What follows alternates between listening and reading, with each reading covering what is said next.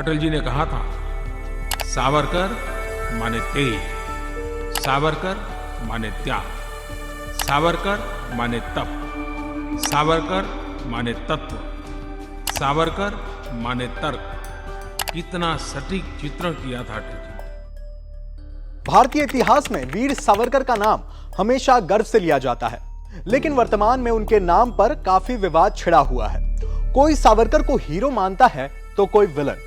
हालांकि विपक्षी दल सावरकर को लेकर कई बातें कहते हैं।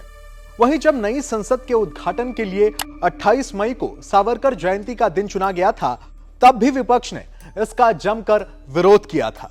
बीते कुछ सालों में भारतीय राजनीति में विनायक दामोदर सावरकर को विलेन और हीरो दोनों तरह से पेश किया गया है। कांग्रेस समेत कई विपक्षी दल सावरकर को माफी वीर भी कहते हैं। वहीं बीजेपी की ओर से विनायक सावरकर को स्वतंत्र वीर बताया जाता है।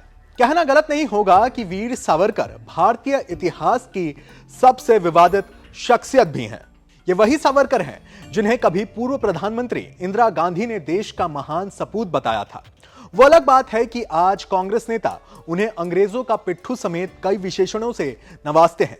तो आइए आज उनकी पुण्यतिथि पर जानते हैं क्या था वो किस्सा जब इंदिरा गांधी ने सावरकर को कहा था देश का महान सपूत। नमस्कार, मेरा नाम है सुधांशु शिव कुमार। इतिहास को पढ़ने के दौरान समझ में आता है कि जिस लिए सावरकर को माफी वीर कहा जाता है, असल में वो खत उन्होंने अपने साथी कैदियों की रिहाई के लिए दिया था।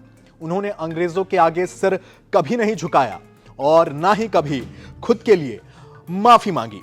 उन्होंने अंग्रेजों को लिखे खत में एक सिफारिश करते हुए कहा था कि मेरे बजाय मेरे साथी कैदियों की रिहाई को मंजूर किया जाए। 20 मई 1980 को पूर्व पीएम इंदिरा गांधी की ओर से लिखा गया वो पत्र आज भी इतिहास के पन्नों में दर्ज है। इंदिरा गांधी ने यह पत्र स्वतंत्र वीर सावरकर राष्ट्रीय स्मारक को लिखा था। पूर्व पीएम इंदिरा ने सावरकर स्मारक के सचिव पंडित बाखले को लिखी चिट्ठी में वीर सावरकर को देश की आजादी में दिए गए योगदान को जाहिर किया था। इस पत्र में उन्होंने लिखा था, मुझे आपका 8 मई 1980 को भेजा पत्र मिला।